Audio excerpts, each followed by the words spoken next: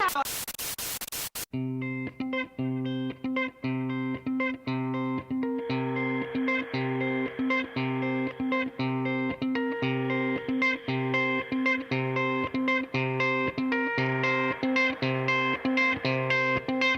had no idea organizations like that existed. I guess I just always thought you were homeless or you lived in a house, and I just assumed that that house was furnished. I never realized that even if you have a roof over your head, you know, your rooms could be empty and you're sleeping on the floor. The young lady who was the director, I mean, we walked past her office and her desk was in really poor condition, and it just goes to show that, you know, it's not really about me, it's not really about her, it's more about these people that are in need. I can suck it up and have a crappy desk, you know. So that to me showed, you know, just kind of great responsibility on their part. I kind of grew up with an experience like that. I mean, I've been put in situations like this before, so I know that people can afford houses and they sometimes sleep on the ground, sleep on the beds and stuff.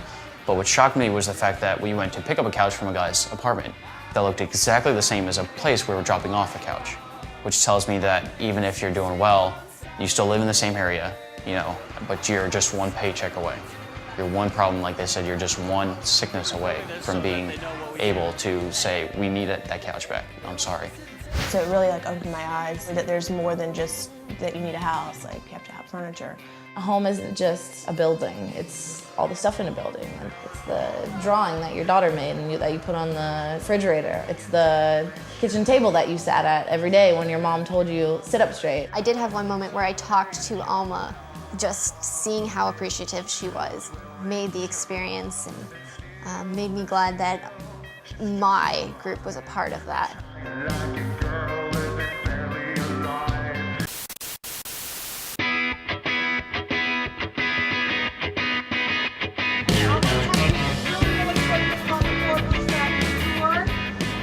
This is America's greatest manufacturing experience. I would recommend that you go out to the plant first. Before you start anything else. 1 and 2 are connected. 1 and 2 take 30 minutes.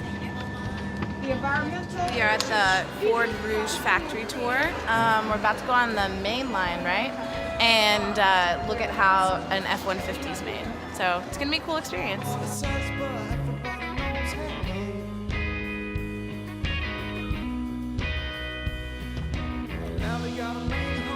No filming up here? Is that what they said? They said there's no filming up here? Yeah. All right. It's a huge corporation. If Ford goes under, GM goes under, all the companies that they fund and finance, they all go under as well. And everything's like, all those people are out of jobs and the economy crashes. It put a face to, you know, all of the problems with the bailout.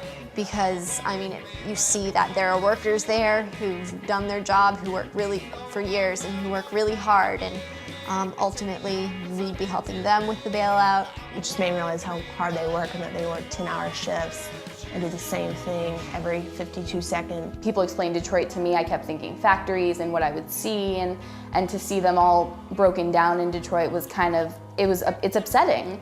And to get to see that this is still there and running and get to see the cars made was so cool, and to walk through and really see people working on it was pretty amazing. I expected it to be a soot-filled, you walk up right next to the guy who's screwing in stuff with a bolt. I just didn't expect the type of technology they had in there, the type of coordination, the type of, you know, even the type of environmental protection they were doing, you know, with their roofs and the innovation they were doing in that aspect.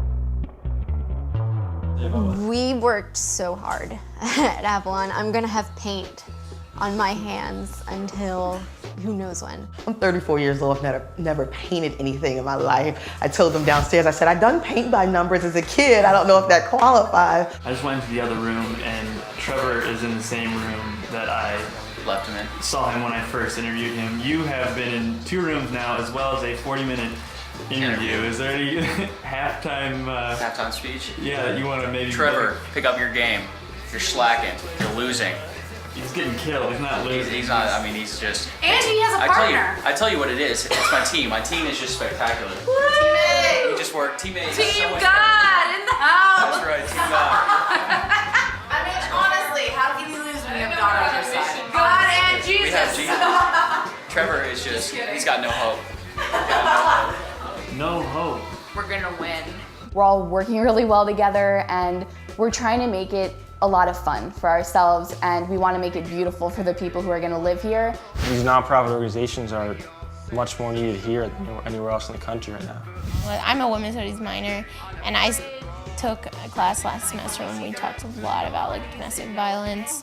To understand better now, like how great of an effect that has on an overall life of like women and their children, like that was just really exciting to know. Like I'm painting this house and I'm gonna like help these people start over.